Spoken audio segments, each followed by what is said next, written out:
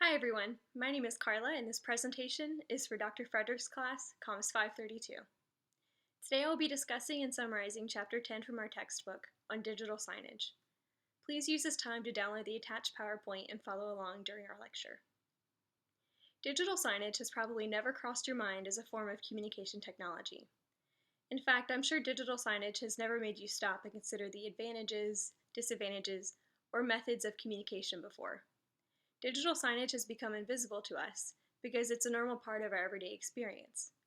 Whether retail shopping, dining at a fast food restaurant, or driving down the highway, chances are you've encountered it.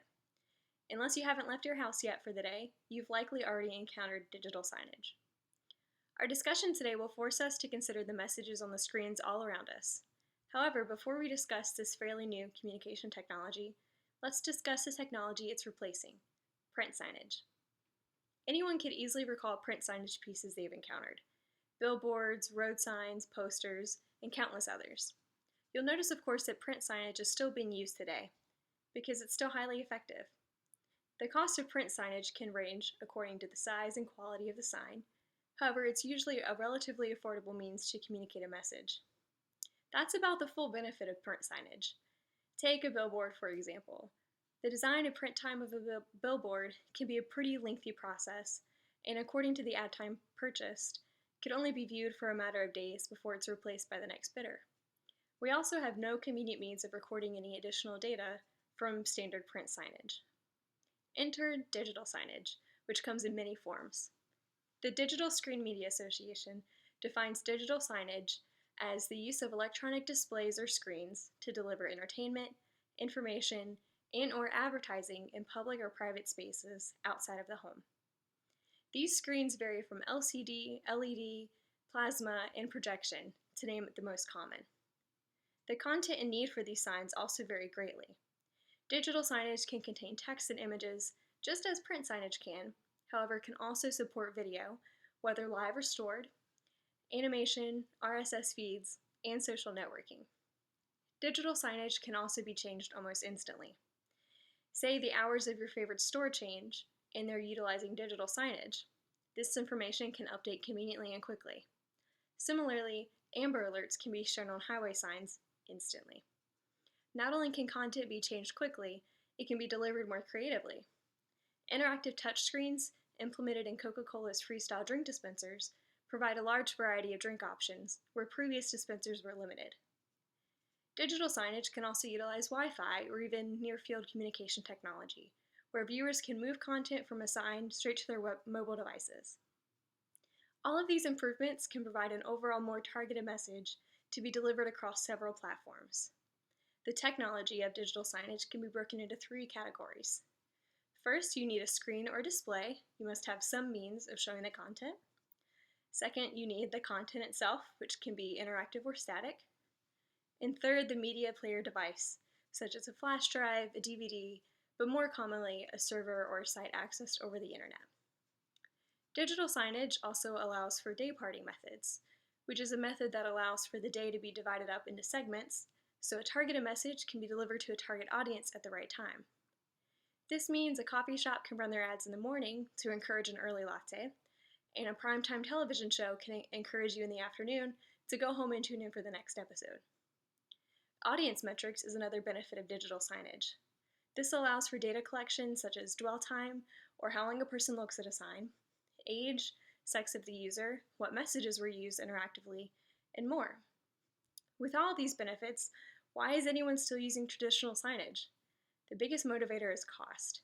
The upfront cost of digital signage can be pretty steep, but the return on investment over time can be high. Digital signage can also be broken into several forms. The first is point of sale, digital signage that sells. Second, point of wait, digital signage that is placed where people wait and have dwell time. And point of transit, digital signage that targets people on the move. Let's transition now to take a look at the background of digital signage. The development of electricity and the light bulb allowed signs to be more easily illuminated. For example, the P.T. Barnum Museum was the first to use illuminated signs in 1840. From there, neon signs emerged in the 1920s. In 1965, introduced the electronic scoreboard, The first was the Houston Astros scoreboard in the new Astrodome, which used 50,000 lights to create large messages. The development of the VCR in the 1970s contributed to the growth in digital signage by providing a means to deliver content to television screens. However, VCRs and the screens available at the time were primarily used indoors due to weather and safety concerns. The development of projection and flat screen displays advanced digital signage as they provided lighter and larger means of displaying information. In the early 1970s, James Ferguson developed the LCD display technology, which led to the first LCD watch screen. Plasma displays were developed prior in the 1960s, but they were limited to size, resolution, and color. It wasn't until the mid-1990s that high-definition flat-screen monitors were developed and used in digital signage. From there, development really picked up. DVDs replaced VCRs, followed by media servers and flash memory devices. Compressed digital content forms like JPEGs, GIFs, FLV, MOV, and MP3 file formats allowed faster transmission of updates over networks. Digital billboards were first seen as troublesome when they appeared in 2005. Traditional billboards were distracting enough, which is why federal legislation was sure to put regulations on digital billboards that were too bright or flashy. Some states have even put their own regulations in place to maintain highway beautification. For example, companies in Michigan can install a digital billboard only if they relinquish 3 traditional billboards. Now, there were privacy concerns. Aside from distractions and overall concern with digital signage is the technology which can collect data from viewers. The Digital Signage Federation adopted the Digital Signage Privacy Standards in 2011. These standards covered both directly identifiable data, such as name, addresses, date of birth, and images of individuals, and other information that can be reasonably associated with a particular person or their property, like IP addresses, usernames, social networking, friends lists, and post and discussion boards. Audience measurement is regulated and categorized in 3 levels. Level 1 is audience counting. This is technology that records dwell time, but no facial recognition. Level 2 audience measurement is audience targeting. Collected information is aggregated and used to tailor advertisement in real time. And level 3 is audience identification and profiling.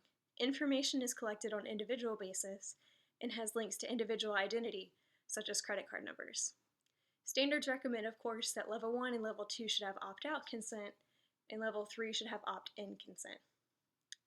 Recent and current developments include the more involved and perhaps distracting digital signage changes there. They become more regulated. With mobile and social networking acting as such an integral part of our communication, successful digital signage strives to incorporate a more interactive experience with augmented reality technologies, touch and gesture controls, and facial recognition. Augmented reality, for example, is still a very new trend to incorporate into digital signage. Augmented reality is basically a live or direct or indirect view of a physical, real-world environment where elements are enhanced by computer-generated sensory input. Some forms of augmented reality in digital signage already in use are by clothing stores, which allow customers to virtually try on the clothing through virtual fitting rooms. Some creative bus stop booths also include augmented reality with window ads, which appear to be a clear view of the other side of the booth, which really has a video display placed over top with a live video feed.